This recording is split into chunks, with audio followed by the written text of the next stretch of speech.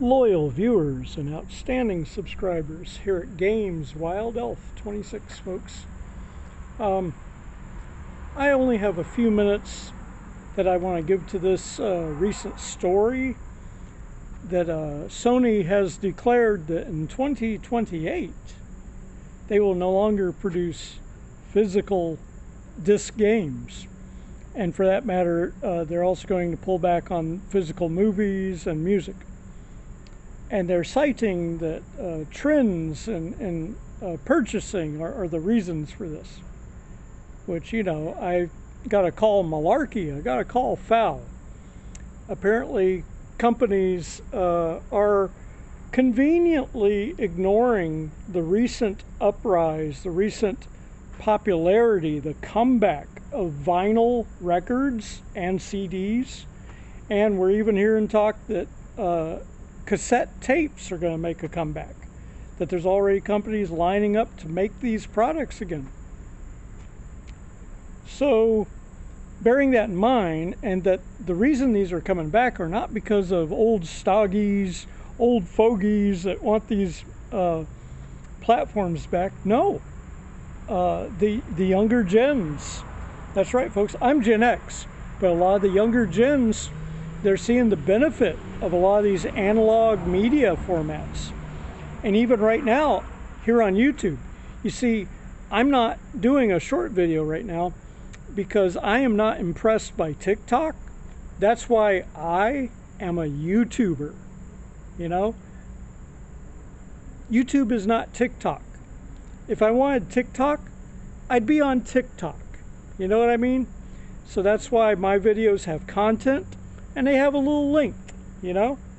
I will occasionally do short videos, but I'm stopping that trend of just jumping on doing short videos all the time, trying desperately to keep up with a weird broken algorithm that they have yet to fix right at YouTube.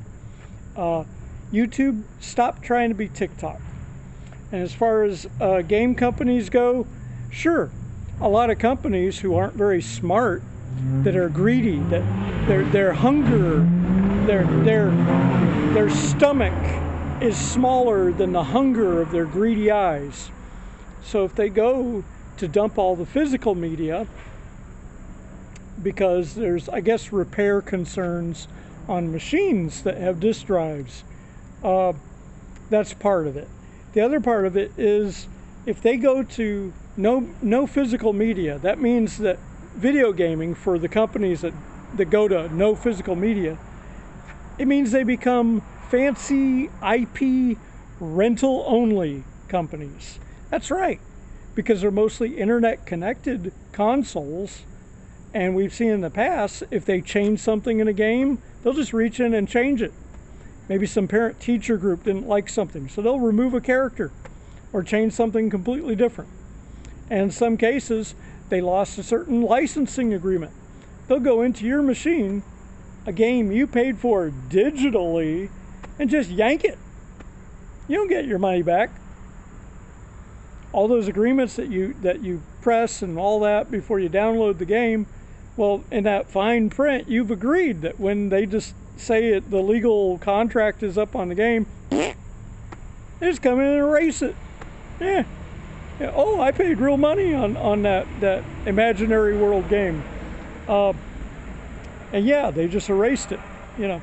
So, yeah, I don't see why there's people going, oh, well, this was a natural progression that eventually one day they'll go to no media. No, they've been wanting to go to no media. If you remember a long time back, there was a handheld system. The popular handheld system was the PSP, the regular PSP. But then a few years later down the road in PSP life cycle, they came out with the PSP Go. And this was their attempt at a trendy system that had no physical media. It was download only. Well, you know what? The PSP Go didn't do so well. People didn't really care for that. And they encountered the same kind of weirdness, the bizarreness, with their follow-up console, the PS Vita. Remember, it was quite a bit overpriced when it came out. It stuck to a rather overpriced base as it wandered down. And some games were complete on a cartridge, but some, much like the Nintendo Switch that came later, were partially on the cartridge, and then you had no choice but to download the rest of the game. And that's just crummy. That's crummy business, folks. And how well has the PS Vita done? You know, I just can't think. You know, yesterday, what was the latest PS Vita game we're going to play? Oh, that's right, it flopped. It flopped bad. Flopped like a bad, smelly fish, folks. And that's evidence. That's the past. It's true. Physical media format that flopped like crap. So, yeah, no media, no physical media means fancy rental. That's all it is, fancy rental. So if you want to encourage companies to drop their physical media and just become fancy IP rentals, intellectual property, fancy IP rentals, you know, well, that's sad. That's sad for gaming. That's sad for modern gaming. What about collector's editions or special packaging for collector's editions and tie-ins with the game and stuff? You know, well, if it's not physical, then it doesn't mean nothing, does it? No, because after a couple of months or something, and a couple of years down the road, when the server just won't serve that collector's game anymore, you can't play that game. You know, or they've taken the game, erased it. And anybody that enjoys modern gaming, anybody that comes from the retro gaming days, you know, at least my generation of it. When I was a kid, the NES was king of the block, you know. It had just come out, and before that we had the, what was it, Atari. I think it was 5600 for some people, 2600 for others.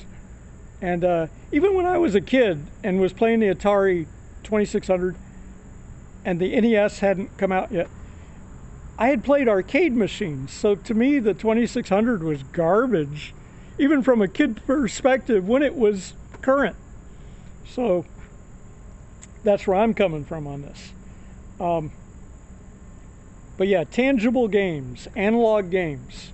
It's making a resurgence.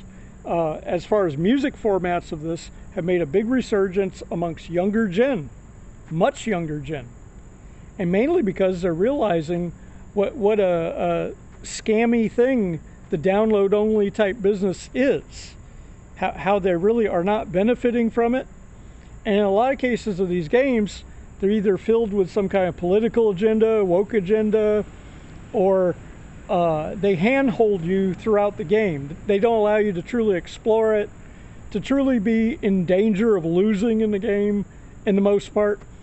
And when they play retro games, they totally are shocked. You know, great quality games. They didn't handhold you through every experience. And they gave you credit for possibly having a brain and being able to maybe figure out for yourself what to do in a game. Even with the booklet that came with those games, that's right, they just come with a booklet. It would give you some vital information.